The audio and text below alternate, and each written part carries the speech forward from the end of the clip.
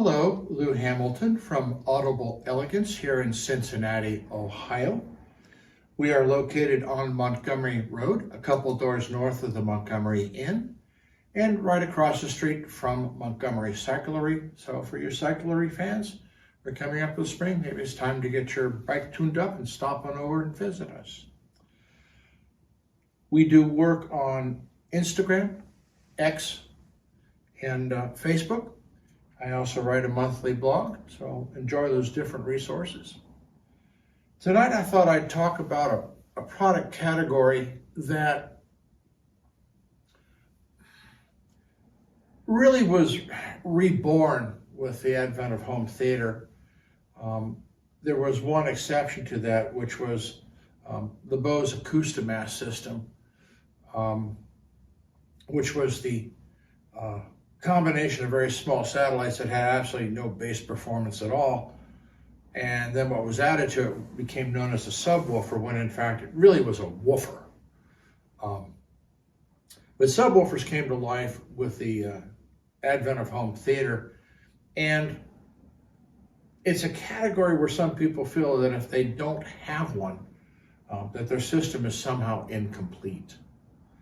And I want to talk about the use of subwoofers in audio systems, and I'll explain why their application there is so very different than home theater. And you have to understand that one of the things that developed in home speakers was the concept of time alignment.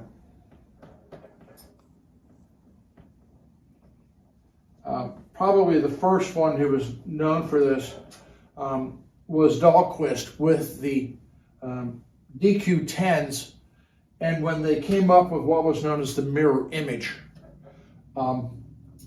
because the drivers were placed in such a way in an array that they were trying to get the time alignment right, and then they realized that if we mirror image them, we actually get it better.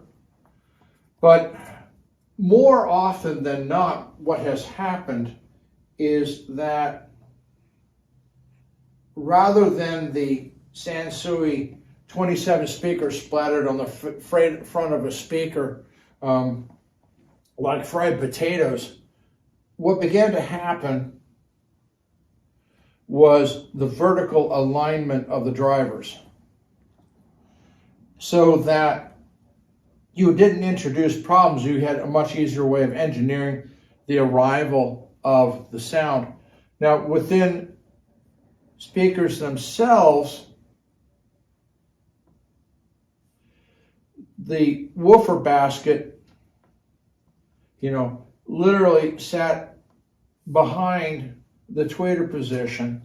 So what would have to happen in the crossover design is they would have to delay the signal to the tweeter so that it fires its harmonics, essentially, or this might be a mid-range driver, to be time coherent from the face of the speaker. Now, in the home theater, when you added a subwoofer to this, one of the things that you set up very early with the processors is the big D, distance. This is trying to put some sort of alignment between the drivers here and the distance of the subwoofer to your ear. However, when you introduce a subwoofer into an audio system, what is missing,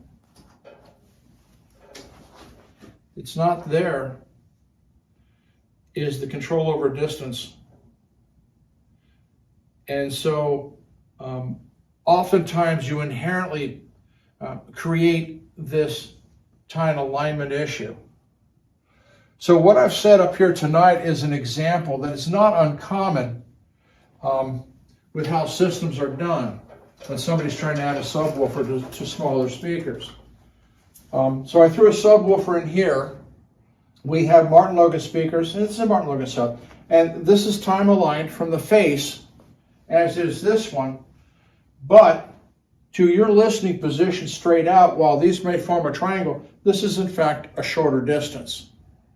So physically, you're already out of time alignment. And so a lot of times when subwoofers are added to systems, I refer to it as a mummy system, where it's stomp and drag. Because the low frequencies are not only unclear, but they're out of time. A lot of times the subwoofers are actually farther back or in a corner, which makes the whole thing a lot worse. But we have a time alignment issue. Now, there are different approaches to try to overcome this sort of problem. Certainly, when I introduce a subwoofer to an audio system, I personally dial it down to maybe 60 cycles at max on top end, but probably down in the 40 region. Having it go to work where the main set of speakers are not producing a signal, or they're already rolling off. Otherwise, you get a doubling of the bass, which is usually not very complementary. The subwoofers themselves may have a volume output independent, that's quite common, but some of them also have other adjustments, phase being one. So you're allowed to try to dink with these different settings on the subwoofer to try to restore some sense of time alignment, or at least minimize the mistime to the ear. So the use of subwoofers in classic audio systems, personally, is not something I encourage. Because you have these sort of issues. You have the placement issues, and I discussed in another video, half plane, quarter plane, and full plane as far as positioning. A lot of people are not willing to literally move the subwoofer around the room because sometimes being associated with the front isn't exactly the best result. Sometimes, musically speaking, moving it down the wall some way and then dealing with the other adjustments gives you better results. You don't have all sorts of doubling and effects going on up here. But subwoofers are, they're not the sundae. The sundae is your system and your main set of speakers. The subwoofer is the cherry on top of the sundae, that its addition to the system adds to the results rather than detracts from it. And a lot of times these things result in detracting. And subwoofers certainly are not created equal. There's a massive degree of quality and performance throughout the industry and through the lines. But, you know, unless you're dealing with a fairly large volume of room, and you have smaller type speakers, a subwoofer usually doesn't make a whole lot of improvement. Where you're dealing with a large volume, that's where a subwoofer can really be beneficial, because trying to fill that volume of room with low frequency can be fairly difficult, and we understand that. But again, you still listen to what's going on. Again, I did it in other demos. One of my favorite pieces to use is Peter Gabriel, because a lot of his recordings, he's playing with very, very deep frequencies, playing in the netherworld, as I refer to it. And anything he's doing down there is in time with everything else that's going on in the music. It's not there just to make a bunch of racket at the bass. But you may have your own favorite music that has a full range. But what you want to do is look for something that has a rhythmic structure to it that you can follow and understand. And it's a lot more than pulling out E-Power Bigs or some sort of organ with real low tones in it.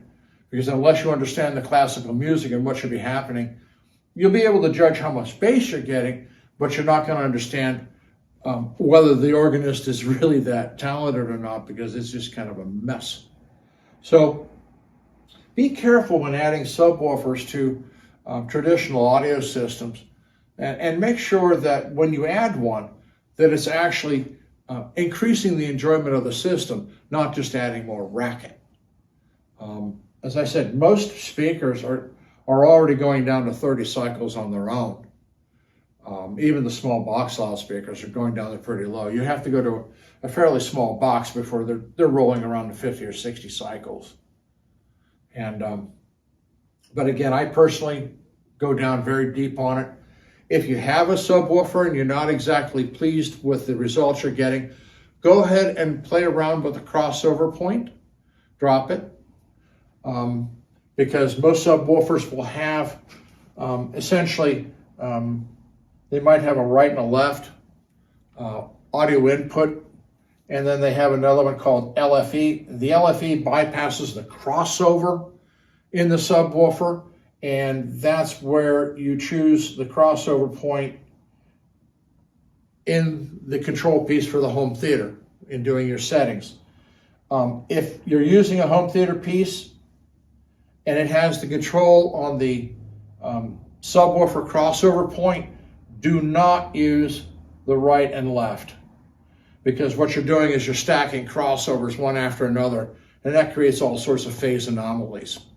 So that's not a good idea. So home theater processor, it's the LFE, and then for home audio, it's the right and left. This is not for standard home audio. So hopefully that helps some of you out. Play with your subwoofer. You want to try to improve it and see if you can make your system better without spending a shekel. And there we are.